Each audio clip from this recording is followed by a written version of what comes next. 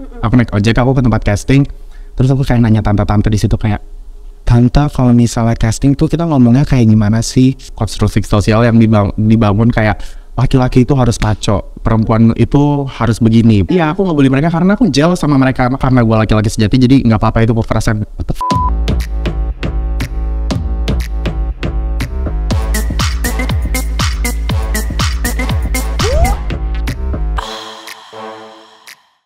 What's up everyone, welcome to Bicara Cinta. Hari ini seneng banget karena kedatangan tamu yang keren, gak takut menjadi diri sendiri dan tentunya sangat-sangat humorous. Siapa dia? Emil. Hi, you look so handsome. Thank you so much. Ini kenapa hari ini kamu milih untuk pakai ini songket ya? Iya, ini kayak kain. Ini aku sebenarnya dikasih teman aku, jadi aku nggak mau bilang ini kain dari mana karena takut salah. Aku belum make sure ke dia. Okay. Terus udah kayak ini I thrifted this gitu, terus pakai kayak basic white shirt, kayak temanya cewek-cewek bisnis aja gitu. I see, tapi juga at the same time percaya dengan kristal-kristalan ya, kayak rose quartz. Yes. Kenapa pakai rose quartz? Apakah kamu lagi berusaha mendapatkan cinta yang lebih banyak? To be honest, kayak yes. Karena kayak aku lagi agak struggling with my love life gitu. Terus kan ini aku beli di kayak satu store gitu kan yang jual kristal. Nah, aku pas setelah beli ini, aku tuh ada yang datang. Oh, iya? Tapi orang-orang gila semua. Ini tiger's eye kalau ini. Kalau nggak salah ya. Oke, itu untuk mungkin itu untuk mendorong keluar orang-orang gila itu. Iya betul. I Makanya see. aku pakai dua. Jadi yang datang baik, kalau yang gak baik dihempaskan gitu ini. Gitu. Soalnya aku kayak lately lagi suka baca buku tentang kayak self help gitu. Jadi kayak I'm very into like kayak sekarang positive affirmation gitu kan. Kayak itu penting banget gak sih? Banget. Tapi aku juga ngeliat sih kayaknya afirmasi tersebut it's working well for you, karena aku ngeliat bahwa Emil juga dalam 2 tahun terakhir lebih fit sekarang, lebih mendingan kesehatan. She's a gym girl now. Yeah, you're a gym girl. Well, I can see that and you look amazing. And I can't wait to talk more to you about a bunch of things. Tapi sebelum itu gimana kalau kita main game dulu? Oke, boleh banget, let's go. Dari semua warna-warna ini, mana favoritnya Emil? Warna favorit aku biru. Okay, so you get to choose first. Mau biru yang mana? Oke, karena aku janda ya, jadi ini ada ungu-ungunya, aku ambil yang ini. Okay. Ya, ungu janda M. Oh, dear Cinta, not dear Emil. So, here you go, Queen. Thank you, dear Cinta. Di usia 25-an, punya pasangan itu bisa jadi hal yang menyenangkan juga kadang mengesalkan. Tapi aku pengen tahu dari kamu, what's your favorite part of being in a relationship? My love language is physical touch. Same. Yeah. Same. Aku top list nomor 1 tuh physical touch. Kedua apa? Kedua quality time. Jadi sebenarnya kayak dua-duanya tuh harus ada orangnya gitu di situ. Karena quality time juga mau nggak mau kan harus ada orangnya kan. Sama physical touch juga ya harus ada orangnya. Kalau enggak main imajinasi doang saya kan enggak. Kayaknya aku nggak bisa LDR. Red, cause it's daring. Dear Emil, aku habis. Oke, Dear Emil, aku habis kenalan sama cowok di dating apps. Tapi setelah ketemu ternyata dia nggak sesuai harapan. Gimana ya jauhinnya biar gak terkesan jahat banget menurut kamu? It's kind of hard. Karena kayak aku pernah juga main dating apps terus ketemu orangnya dan ternyata dia nggak sesuai ekspektasi. Tapi yang waktu itu aku lakuin ya, jadi aku kayak tetap ketemu orangnya dan segala macam. Dan komunikasi itu penting. Jadi kayak bilang aja, I don't think kayak dari kita ketemu dan segala macam, I don't think we can be together karena bla bla bla bla bla bla bla. Jadi kalian ngomongin dengan jelas, jangan kamu Jujur aja. Iya jujur aja. Karena kalau kalian bohong dan ninggalin dia tanpa pesan apapun itu kayak silent treatment itu gak enak banget. Dan kasihan juga, mungkin orangnya bakal merasa insecure dengan dirinya sendiri kalau kita nggak jujur aja. Mereka akan ngerasa ada yang salah sama mereka. So don't do that. Green, that's actually my favorite color. Oh really? Oke, Dear Emil. Yes. Seneng ya, FFJ ya. Dear Emil, aku lagi bingung. Tiba-tiba aku dikasih papa aku uang 1 miliar. Oke, I see you rich girl. Untuk dihabisin dalam 1 hari. Menurut kamu uang itu enaknya dihabisin buat apa aja ya? Any ideas? Wow. Gue kalau misalnya tiba-tiba dikasih uang 1 miliar, kayaknya bakal buka bisnis deh. Jadi kayak the money keep growing dan segala macam. Jadi kalau misalnya mau dibagi-bagi juga ya, beli satu hal yang bisa untuk kayak kepuasan diri lo, tapi jangan lupa juga biarin uangnya berkembang gitu. Jadi kayak kedepannya lo masih ada plan gitu. Nanti kalau tiba-tiba miskin gimana Fai? Wow, I wish more Gen Zs were like you. It's so smart, so wise. Of course, I'm smart. Gimana? Itu TikTok aku yang kamu ikutin? Orang-orang pikir I'm just like some type of bimbo and I don't know who I really am. I mean, sebelum aku masuk Columbia University, orang-orang nggak tahu kalau aku smart. gitu kan. Aku tuh bikin kayak gitu. Aku tuh bikin kayak orang-orang nggak tahu kalau aku smart. Smartnya tuh harus kayak ngejek gitu loh. Ngerti gak? Smart. You did it better than me. Karena aku ingat aku lagi di mana waktu itu interview untuk salah satu talk show. Dan sebenarnya kalau lihat ekspresi muka aku datar banget. Bener-bener yang people didn't know I was smart. Tapi nggak tahu kenapa secara audio keluarnya smart. Karena ada space-nya gitu loh. Orang-orang nggak tahu kalau aku smart. Jadi kayak bisa banget jadi meme, bisa banget jadi ekspresi gitu loh.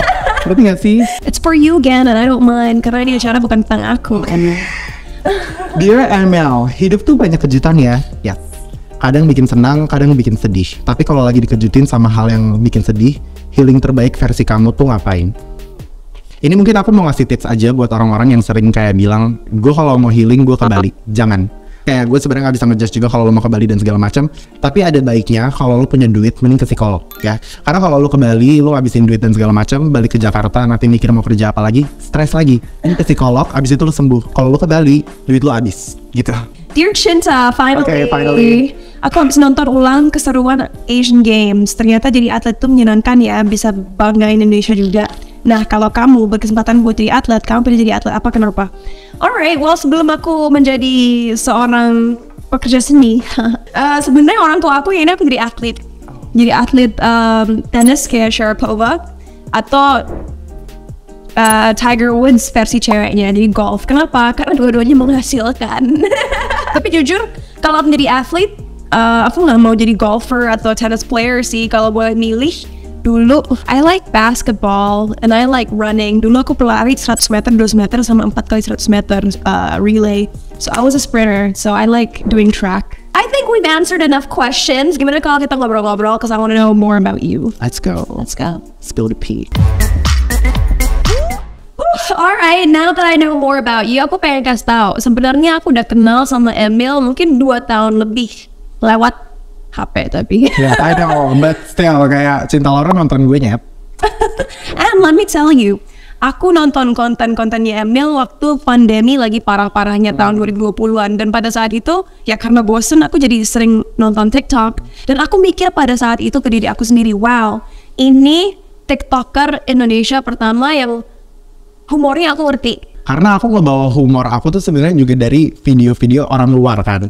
Jadi aku kayak ngebawa meme dari luar tapi aku buat dengan secara lokal gitu loh. Nah jadi kayak masih banyak sebenarnya orang-orang di Indonesia yang kayak masih salah mengambil jokes aku gitu. Kayak mereka ngambilnya terlalu serius dan segala macam. Padahal itu aku niatnya kayak cuma sassy aja gitu loh. Nyindir-nyindir manja aja. Well, tentunya banyak orang ngerti jokesnya Emil. Kalau nggak mungkin sekarang udah lebih dari 7 juta followers kan di TikTok. Pernah ngerasa star syndrome gak sih? Like, wow, I'm so famous. Gue terkenal banget. Aku ada di atas. Sebenarnya kalau dibilang star syndrome mungkin menurut aku enggak ya. Karena menurut aku juga apa yang aku kerjain sekarang itu aku ngelakuin lewat proses juga. Jadi aku masih bisa lebih menghargai orang-orang yang mungkin pekerjaannya dinilai yang kayak lebih di bawah aku kayak gitu-gitu dan segala macam. Dan ya as a human being kita emang harus ya respect sama semua orang aja, kayak itu udah basic manner gitu kan. Jadi star syndrome sih kayaknya nggak pernah sih, so far aku nggak pernah yang kayak selalu merasa karena aku influencer jadi aku punya privilege kayak mbak masukin aku aja dong nanti aku promosiin gratis gitu-gitu kayak, atau sombong sama. I even still friends with teman-teman yang dulu ngebully aku masih ngebantu bisnis mereka dan segala macam. Kayak menurut aku it's okay gitu, mereka jahat ke aku bukan berarti aku harus jahat balik ke mereka. Seperti kata Selena Gomez, kill them with kindness. Kalau nggak ada social media ya, menurut Emil bakal tetap ada di industri entertainment, nggak menghibur orang. Apa yang kamu bakal lakuin kalau nggak ada social media sekarang di usia sekarang yang masih muda? I think so.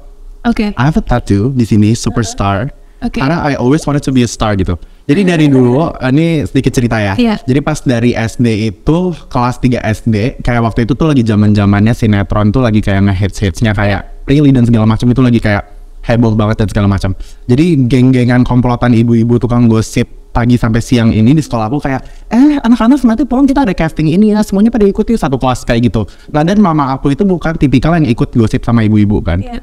Jadi aku yang kayak sendiri di situ doang, terus aku kayak pengen ikut deh. Terus aku ngajak mama aku dan ayah aku, tapi karena kebetulan mereka berdua sama-sama kerja jadi nggak bisa. Akhirnya aku casting sendiri kelas 3 SD itu naik ojek. Aku naik ojek, aku ke tempat casting. Terus aku kayak nanya tante-tante di situ kayak, tante kalau misalnya casting tuh kita ngomongnya kayak gimana sih? Ya nanti kamu sebutin aja nama, umur, sama pengalaman terakhir. Kalau nggak ada pengalaman, ya nanti ngomong aja. Ya udah, jadi akhirnya aku ngomong sendiri di situ segala macam. Walaupun nggak dapat, tapi kayak emang interest aku tuh dari dulu selalu di industri hiburan gitu kan. Kayak SMP aku main film-film pendek untuk ada salah satu universitas, terus aku juga ikut kayak freelance photoshoot gitu-gitu dan segala macam. Goals aku emang selalu ada di entertain, tapi aku nggak tahu jalannya lewat social media, dan sekarang ada TikTok semenjak pandemi dan segala macam. I'm so grateful kayak aku akhirnya bisa terjun ke dunia entertain gitu. You know what I love? Aku harap teman-teman yang mau bicara cinta hari ini lihat bahwa dari apa yang Emil baru ceritain ke kita, kamu orang yang nggak takut mengambil resiko. Kalau ingin sesuatu kamu coba, dan walaupun itu mungkin bisa menghasilkan kegagalan, you're prepared for it, dan itu nggak membuat kamu jadi putus asa. And that's actually another reason why I decided to invite you hari ini, karena menurut aku Emil adalah salah satu influencer yang nggak takut jadi diri sendiri depan publik. You're sassy, you're loud, you're unapologetic, you're hot. I know.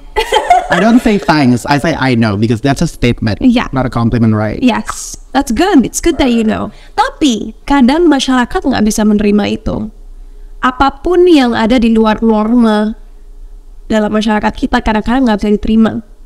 Menurut Emil, kenapa sih masyarakat kita sangat nggak nyaman dengan seseorang yang berperilaku di luar norma yang ada? Ini aku tahu ini subjektif ya jawabannya, tapi kalau feelingnya Emil apa?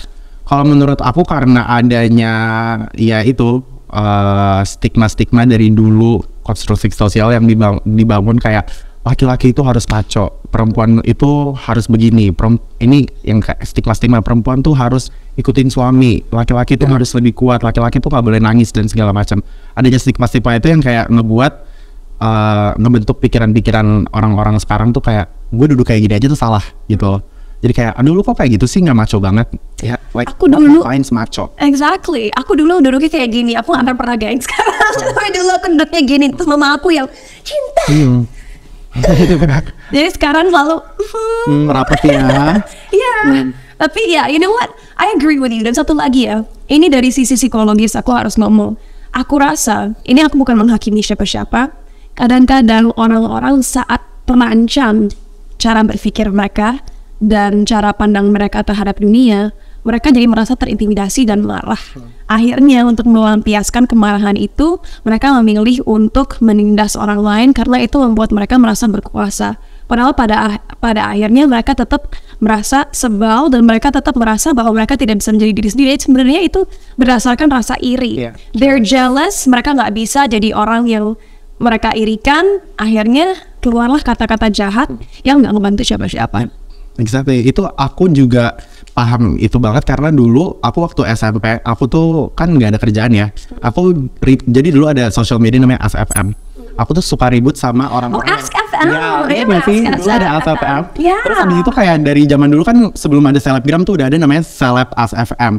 Nah aku tuh karena aku gabut, tidak ada kerjaan, aku sirik melihat orang-orang lain yang bisa hidupnya lebih wah dari aku tuh nge-hate mereka for no reason. So you've experienced being a bully. Kamu punya experience menjadi bully juga. Yang gara-gara kamu jealous sama mereka, kamu malah bully mereka. Iya, aku ngebully mereka karena aku jealous sama mereka. Makanya sekarang kalau misalnya aku dapat bulian juga, aku kayak lo tuh kayak gue dulu aja sih, jadi I get it. You got no job, you got no income, you got no life. Jadi kayak keep hating. Tapi you know what?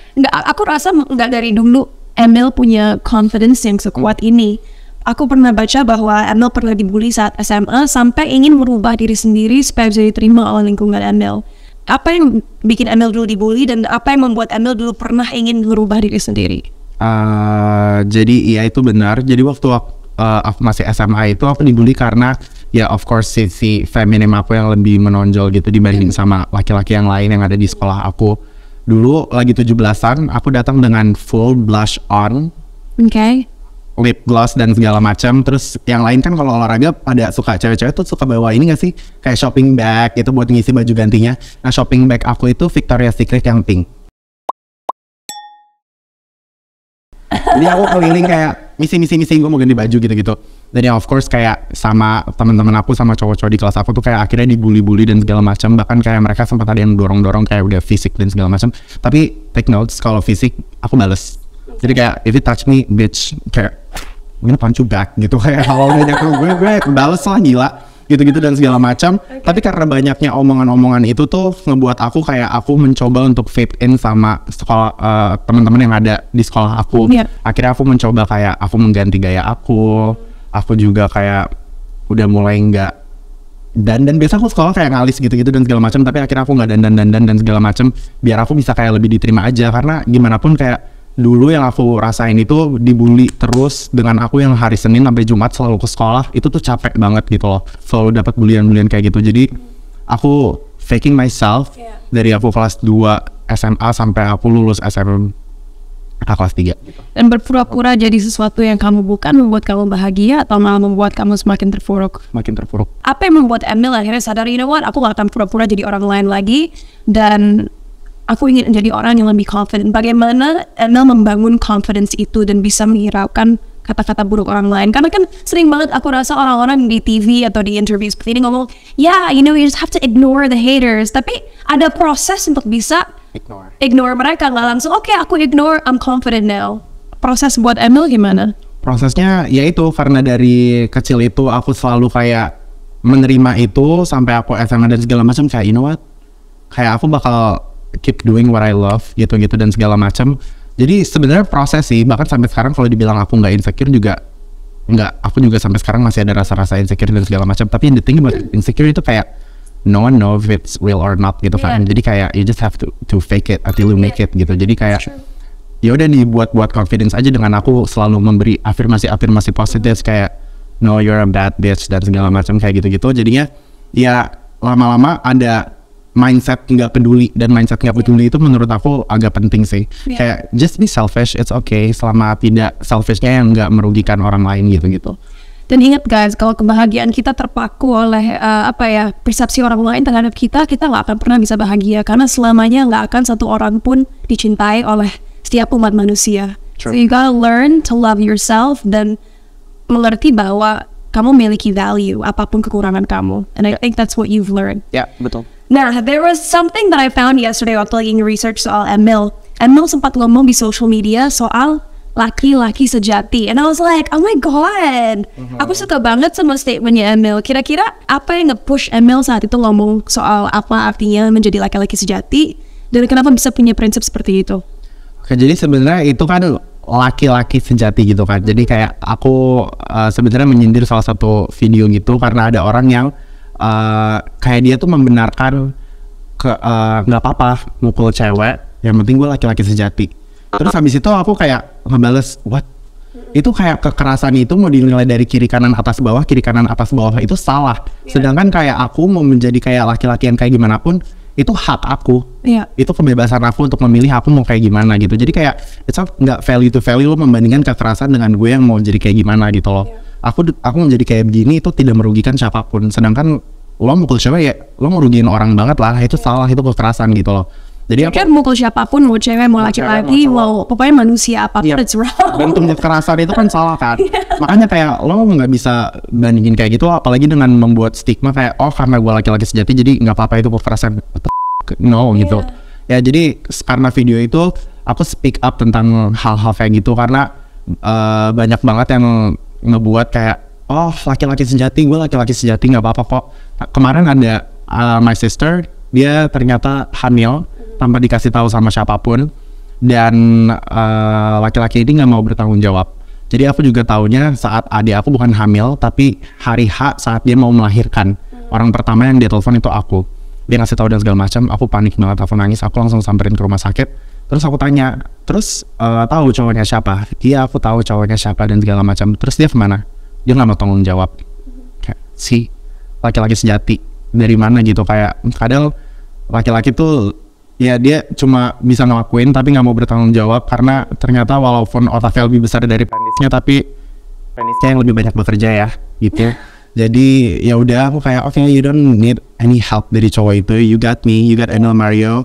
Mau aku dibilang kayak bentukannya kayak begini, laki-laki sejati itu nggak bisa didefine dari kayak gerak-geriknya, apa yang dia pakai, tapi kayak bentuk tanggung jawab lo, rasa kemanusiaan lo, rasa kasih lo dan segala macam, itu yang menurut aku bisa kayak mendefine laki-laki seutuhnya gitu. And I love what you just said, karena sebenarnya ada sebuah teori yang namanya gender order theory, yang mengatakan bahwa persepsi kita terhadap apa itu artinya menjadi laki-laki atau perempuan sebenarnya berubah-ubah terus antar zaman, antar budaya, antar individu. Jadi aku yakin yang nonton Bicara Cinta ini hari ini akan ada yang pro dan kontra. Akan tetap ada yang bilang, terserah lo mau ngomong apa, paling hanya pembelaan aja. Tapi jujur guys, kalau kalian pikirin baik-baik, banyak sekali hal-hal sekitar kita sebenarnya adalah konstruksi sosial gitu. Jadi kadang-kadang di luar apa yang kalian udah belajar dari lingkungan kalian, dari komunitas kalian harus pikirkan, apa itu artinya jadi manusia? Apa artinya jadi manusia yang bermoral, yang etis, dan tahu bagaimana berperilaku yang baik terhadap satu sama lain. Dan mau kita laki-laki atau perempuan, kalau at the end of the day yang kita lakukan adalah bentuk kekerasan, pelecehan, penindasan, apapun yang negatif dan dapat berdampak trauma kepada orang lain, dan you're not a good human being. Kamu bukan manusia yang baik. Apa sih yang bikin Emil berani untuk ngomongin soal isu-isu sosial seperti itu? Karena banyak sekali, nggak hanya influencers ya, bahkan public figure, aku kenal secara pribadi, mereka nggak mau berkomentar soal hal-hal yang sensitif karena takut kehilangan fans, dan ya nggak mau dilihat negatif aja oleh siapapun. Kalau aku sih, aku berani karena menurut aku bakal nyampein apa yang menurut aku benar, dan kalau misalnya ada orang lain yang nggak setuju, kayak if you wanna discuss it on the comment, discuss it gitu. Jadi it's okay banget, aku juga menerima masukan dan segala macam karena I'm a human being, dan aku juga pasti akan melakukan kesalahan. Tapi yang membuat aku titik di waktu itu pengen ngebahas karena kayak menurut aku udah banyak orang yang salah mengambil arti dari kayak feminism gitu. Kayak banyak banget orang-orang yang menganggap kalau dengan otak konservatif mereka bilang, oh iya kalau lo feminis ya pasti lo kayak nggak mau jadi ibu dan segala macam. Sedangkan feminis itu bukan berarti kayak lo bisa menerima semuanya, tapi kayak lo bisa menghargai semua perempuan dengan sama gitu. Jadi kayak bukan berarti kalau lo nggak mau punya anak, that's okay. Kalau satu punya anak ya udah hargai, karena semua keputusan itu kembali ke diri masing-masing selama itu nggak merugiin lo, that's okay gitu loh. Jadi kayak banyak yang salah mengartikan, mungkin kayak feminis sama feminisasi, it's different. Feminazi ya. Ya, feminazi gitu, kayak itu kan beda gitu kan. Kayak banyak yang bilang ya mungkin yang feminisasi itu kayak dia merasa kalau perempuan itu gak boleh dibawa laki-laki gitu. Jadi kayak kenapa kalau mau sih masak buat suami lo, kan kayak mau aja disuruh-suruh gitu. Sedangkan kayak ya as a woman, kalau lu mau melakukan itu, lu melakukan dengan kesenangan hati, dengan sincere. Itu juga kenapa manusia kita diajarin untuk ikhlas gitu loh. Karena ya lu mau ngelakuin sesuatu untuk orang yang lo cintain, it's okay.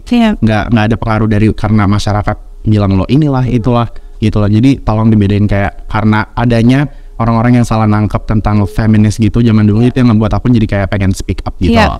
Dan aku mau menambahkan aja ya, karena banyak orang menganggap atau melabel aku sebagai feminist, and to an extent that's true. Cuman yang sangat menyedihkan adalah masyarakat sudah memberikan label yang negatif terhadap kata feminism. Nggak tahu kenapa memang di dunia ini dalam suatu kepercayaan selalu ada polarisasi. Ada yang ekstrimnya di sini, ada yang ekstrimnya di sini, ada yang di tengah-tengah. Sama dengan feminism. Kalau feminism bagi aku adalah saat orang-orang manusia secara luas sadar bahwa laki-laki dan perempuan layak mempunyai hak yang sama dan pilihan atas hidup mereka sendiri. Kalau seorang laki-laki pilih untuk jadi stay at home dad, masak-masak, ngurus anak, perempuannya yang kerja, that's fine. Tapi kalau sebaliknya, itu juga fine selama itu adalah pilihan individu tersebut, bukan karena paksaan. Am I right? Yes girl, preach. Yes. Mungkin ini agak nyambung sama pertanyaan sebelumnya, tapi kenapa menurut Emil penting banget soal isu kekerasan, kesetaraan, dan lain-lainnya, nggak hanya perempuan yang bersuara, tapi laki-laki juga? Oke, karena menurut aku orang mungkin banyak yang nggak sadar bahwa laki-laki itu juga bisa menjadi korban kan. Kayak sampai sekarang karena isu-isu yang selalu dibahas perempuan dan segala macam, which is totally okay. Kayak jadi banyak mayoritas kan memang perempuan yang mengalami kan. Tapi jadi banyak laki-laki karena adanya itu lagi konstruksi sosial yang bilang kayak ya lah, lagian kan lo juga paling sama-sama enjoy.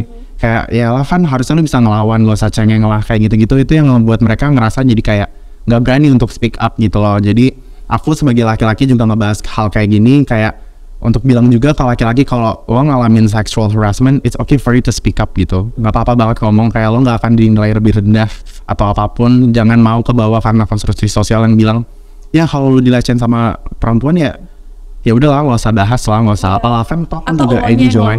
Ya apa lo yang lemah, kan lo juga pasti mau. Kayak gak kayak gitu guys, kayak yang namanya itu balik lagi yang namanya hal negatif.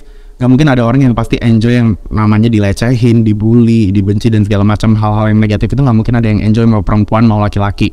Itu semuanya akan kayak ngebangun trauma, ngebangun rasa sakit hati, sedih, kecewa dan segala macam.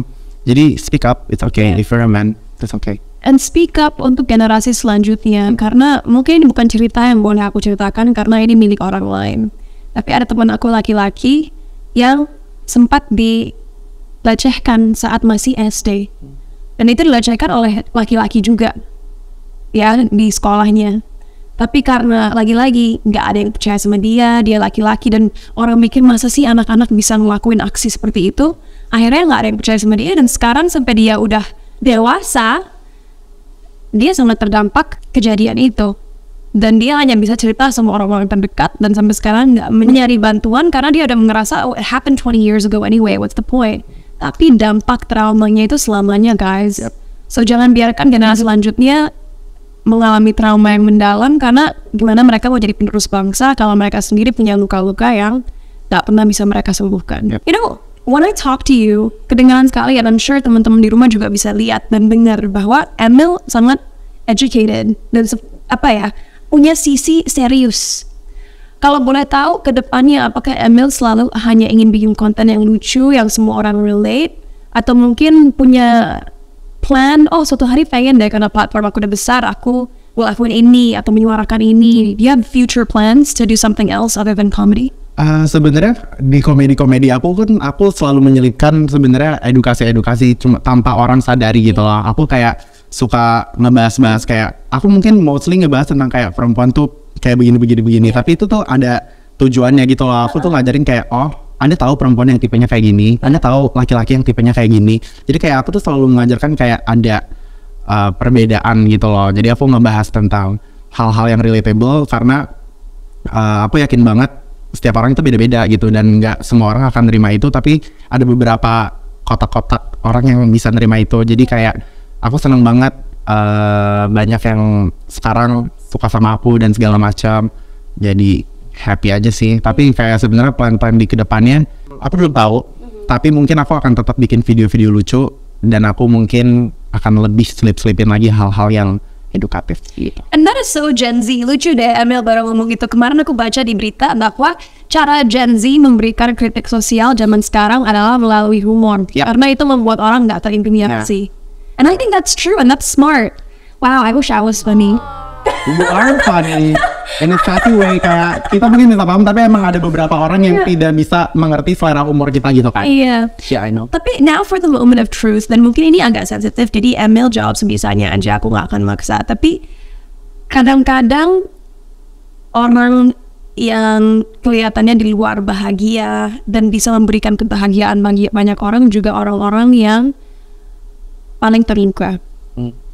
Dan kadang-kadang humor adalah cara mereka untuk escape, untuk melarikan diri dari semua kejadian-kejadian masa lalu yang mereka pernah alami. Apakah membuat konten dan menjadi sosok yang humoris bisa dibilang pelampiasan atau cara Emil untuk healing, dan kenapa? To be honest, yes. Kayak aku pernah ngeliat satu quotes gitu, kayak kalau lo pernah ngeliat orang yang lucu banget, trust me, mereka punya luka yang besar. Dan aku kayak, oh wow ya, mi retweet gitu-gitu dan segala macam. Bener sih, karena dari dulu aku banyak banget ngalamin kayak penolakan, gak diterima sama masyarakat, sama lingkungan sekitar, bahkan sama orang-orang yang terdekat gitu-gitu. Jadi pelarian aku dulu tuh nonton YouTube, aku nonton video lucu, dan itu yang inspirasi aku untuk kayak pengen ngehibur orang deh. Kayak karena dengan aku ngehibur orang, walaupun aku lagi sedih, tapi ngeliat mereka ketawa, itu nggak tahu kenapa jadi kepuasan untuk diri aku sendiri gitu loh. Aku jadi seneng juga ngeliat orang lain seneng, walaupun aku mungkin emang lagi nggak happy banget gitu. So yeah, that's beautiful. And itu adalah sebuah kekuatan loh untuk bisa merubah rasa sedih menjadi motivasi untuk membuat sesuatu yang berdampak baik bagi banyak orang. Dan on that note, my last question to you is, apa yang mungkin Emil ingin sampaikan ke teman-teman Bicara Cinta yang takut untuk jadi diri sendiri dan mungkin sekarang lagi di titik terendah dan ingin putus asa? What would you tell them agar bisa keluar dari situasi itu? Menurut aku kayak seperti yang tadi aku dibilang, the thing about confidence dan segala macam, no one know if it's real or not gitu. Jadi emang mungkin klise banget ya kalau harus dibilang kayak lo gimana, ada tipsnya untuk gue, just be yourself. Tapi sumpah dengan kalian bisa menjadi diri sendiri itu menurut aku dari pengalaman pribadi aku itu ngebuka banyak banget pintu rezeki buat aku, karena aku bisa jadi diri sendiri dan segala macam. Aku ngelakuin sesuatu karena aku suka, jadi aku nggak ada pressure sama sekali gitu-gitu dan segala macam. Jadi nggak apa-apa kalau misalnya masih ngerasa insecure. Even Kendall Jenner or siapapun orang ganteng, ya orang cantik, terganteng, siapapun segala macam, pasti mereka masih ngerasain insecure gitu loh. Tapi tahu di mana titik kelemahan kamu, kuasain itu, belajar dari itu, dan perjuangkan hal-hal yang emang ada positif di diri kamu juga gitu. Dan kayak terus belajar aja, karena the biggest university itu kayak hidup kita gitu. Jadi proses untuk lo nggak ngerasa insecure nggak akan bisa. Manusia itu akan selalu ngerasa kurang. Jadi as you grow up, terus belajar and be wiser aja. Iya.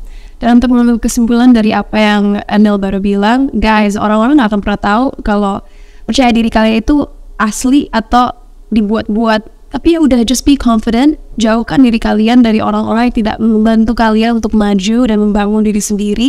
Berusaha jadi diri sendiri, karena nggak ada gunanya kita terus berusaha ngebahagiain orang lain kalau kita sendiri merasa terpuruk. You know, learn from life, belajarlah dari kehidupan, belajarlah dari kekurangan kalian, asah skill-skill yang kalian udah miliki, dan keep looking forward. Karena pada akhirnya nggak ada hidup yang sempurna. Tapi dengan banyaknya kegagalan, kesedihan yang kita rasakan, hidup jadi lebih berwarna. Karena membantu kita benar-benar mengapresiasi momen-momen di mana kita merasa bahagia dan mencapai sesuatu yang indah. And on that note, Emil, thank you for being so much. I love you so much. I love you. Can I hug you? Of course. Oh. I'm jealous family. See? People support one another. Women support women, men support men, men support women, women support men. Everybody supports one another. Jadi ayo kita bangun masa depan yang lebih supportive dan penuh cinta. And on that note, thanks for watching. Bye.